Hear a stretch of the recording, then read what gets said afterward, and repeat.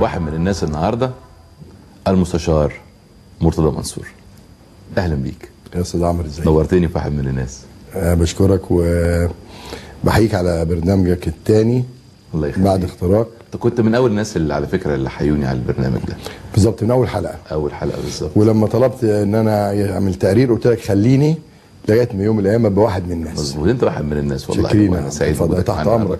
وعايز ابدا معاك، بس عايز ابدا معاك من زمان شويه، يعني خلينا نسيب المشاكل والقنابل والمتفجرات دلوقتي شويه، نخليها ناجلها شويه كده في الاول. اتفضل. ونتكلم كده في الماضي شويه، في القديم يعني. اتفضل. كلمني عن نفسك، كلمني عن بدايتك، عن حياتك، عن بيتك، عن اسرتك، عن والدك، عن والدتك.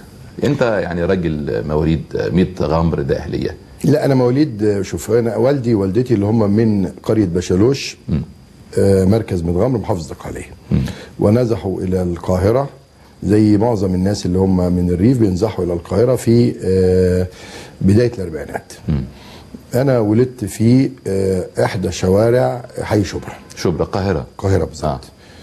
انا عندي 6 اخوات بنات. انت الولد الوحيد؟ انا الولد الوحيد. دخلت مدرسه الجزيره المشتركه بيني وبنات، كنت في مدرسه مشتركه. قول لي، انت 6 بنات وولد. انت وضعك ايه بين الثالث؟ يعني في بنتين اكبر منك. بالظبط كده، وبعدين 4 ورايا. والدك كان بيشتغل ايه؟ والدي كان موظف في وزاره الداخليه. والدتي ست فلاحه بسيطه، عرفت تربيه